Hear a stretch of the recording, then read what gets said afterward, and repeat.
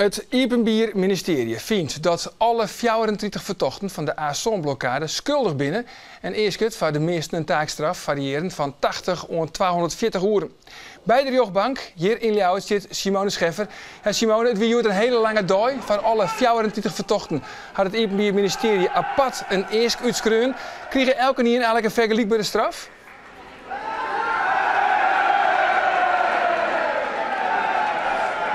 Erik, Arie en ik zo zeggen kennen van ja, dit en dat en dat. Maar ik heb volslijn net het was het Jimmy Seinest. Want hierachter is het ja, een soort van hereniging van de mensen die achter die actievierders staan, de blokkeerders. En de blokkeerders zelfs, want die ben hier krek uit de Rugzeel Wijkaam.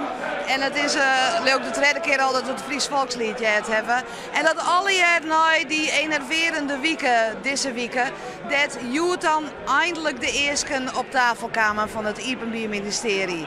En die eerste, zo'n je ze kunnen binnen pittig, die gaan van 80 uren werkstraf naar 240 uren werkstraf. En die ben dan voor Jenny Douwes, die trok het Iepenbier ministerie toch eigenlijk als de grote initiator, organisator en wat ze heel belangrijk vinden, opruier jongen wordt. En al die uren zitten tussen de 80 en 150 uren werkstraf in. Laten we even jaren naar de officier van justitie. Verdachten hebben de veiligheid van het verkeer in gevaar gebracht en de grondrechten van anderen ingeperkt. Grondrechten, zoals het recht om geen fysiek gevaar op te lopen door het handelen van anderen, of het recht om niet te worden beknot in de vrijheid om te bewegen of in de vrijheid van meningsuiting, behoren tot de meest essentiële fundamenten van een democratische rechtsstaat. Opruiing is een misdrijf tegen de openbare orde. Dit is alleen aan mevrouw Douwes ten laste gelegd. Dat één enkele oproep vergaande gevolgen kan hebben, is in deze zaak maar weer gebleken. Wij zijn van mening dat mevrouw Douwes moet worden gestraft voor de aan haar te laste gelegde feiten tot een taakstraf van 240 uren, te vervangen door 120 dagen hechtenis. Daarnaast een geheel voorwaardelijke gevangenisstraf voor de duur van 3 maanden met een proeftijd van 3 jaren. Ja, Simone, Jenny Douwes wordt als een Zwitser straft. Wil het Iepenbier ministerie echt even de Tosken litten? Nou, dat zou wel stellen kunnen, ja. Dat de Tosken even uit de lippen kwamen binnen van het ministerie.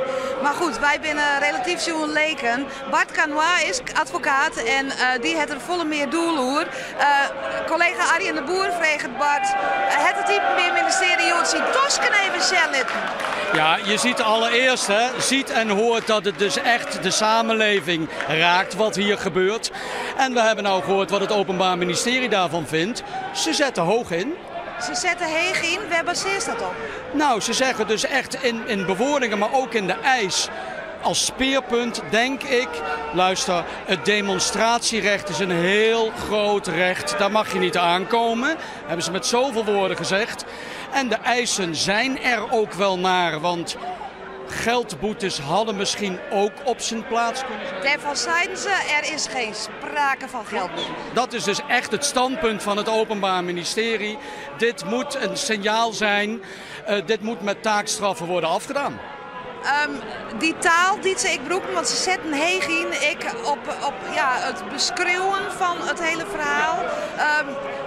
Is dat uniek? Nou, het is wel een unieke zaak in Nederland. We wisten het niet van tevoren. Maar ik vind het terecht wat er nu gebeurt. Groot proces. Kijk naar de mensen die het gewoon aangaat. Heleboel mensen zijn geraakt op dat punt, op dat demonstreren en dat frustreren daarvan. Dus ik vind dat niet gek dat dit allemaal zo gaat. En we hebben nu het Openbaar Ministerie gehoord. Dat is echt één kant van het verhaal. Daar zitten punten in. De andere kant van het verhaal gaan we nog horen van de verdediging. Zijn denk ik net zulke belangrijke punten. Dus nou, een stukje van de verdediging hebben we al meemaken. Ja. Tjalling van der Goort, de advocaat van de grootste tal verdachten. En die zei eigenlijk van nou, het is een rommelig wat het Iepenbier ministerie zei. Het is niet goed onderbouwd, het is zwak. Het zijn punten die gemaakt worden door het Openbaar Ministerie, maar de eigen punten van de verdediging, die staan daar haaks op. Zo hoort het ook in een groot proces. Dus zegt men over en weer, de ander heeft wat mindere punten. Ik denk wel, want de muziek houden we erin. Voor de rechter ligt hier een hele belangrijke taak om een goed signaal af te geven. En dat kan alle kanten op gaan. Wij wachten daar, Bart Konat, die gedank. Ja, we weten net wat de rechter uiteindelijk besluiten zal, wat de straffen worden zullen. De meesten hierachter, die binnen nog druk aan de gang om de vertochten die hier nou op het pleintje in het gerechtsgebouw, bij het gerechtsgebouw omrennen, om die dat te juichen. De trommels zijn er al bij en ze ben hier eigenlijk al van de media. Advies van de eerste dag? Nee, sorry, straks het advocatenklimmen. Dan kunnen we wel laten. Buiten het hek. Ja, dan hadden hier het hakje. En die hadden een boete voor de dieren wat heel Friesland dacht. Voor de band. Dat die railskappers net dat feest bedjaren zo'n. En dat het OM, je had 10 jaar lang squalenhandel mee, maar dat ze dat net snappen kennen, is onbegrijpelijk. Al deze mensen die terecht staan, die dat mij de beste bedoelingen doen. En, maar ja, ze toch wel iets dat net maaien vanzelf, maar snel niet blokkeren. Nee, dat klopt, maar er zijn wel meer dingen die net maaien. En die maai ik net met 1000 man mijn vlaggen op de Erasmusbrug staan. En je maai ik net het verkeer blokkeren bij Turkse trouwstoeten en dergelijke. Uiteindelijk wat er gebeurd is, ze hebben die bussen tot stilstand gebracht. Ze hebben daar treikertjes toen en er is verder helemaal niks gebeurd bij die bussen. Er is geen geweld geweest, er is niks gegooid, dat soort dingen. Ja, ik vind het al pittig. Eerlijk zijn, ja. Zeg maar waskoring. Ah, jong. Ik vind eerlijk zijn, ik wil een enorm groot circus. En ik denk, waar het ook gaat, dat gaat het net om. En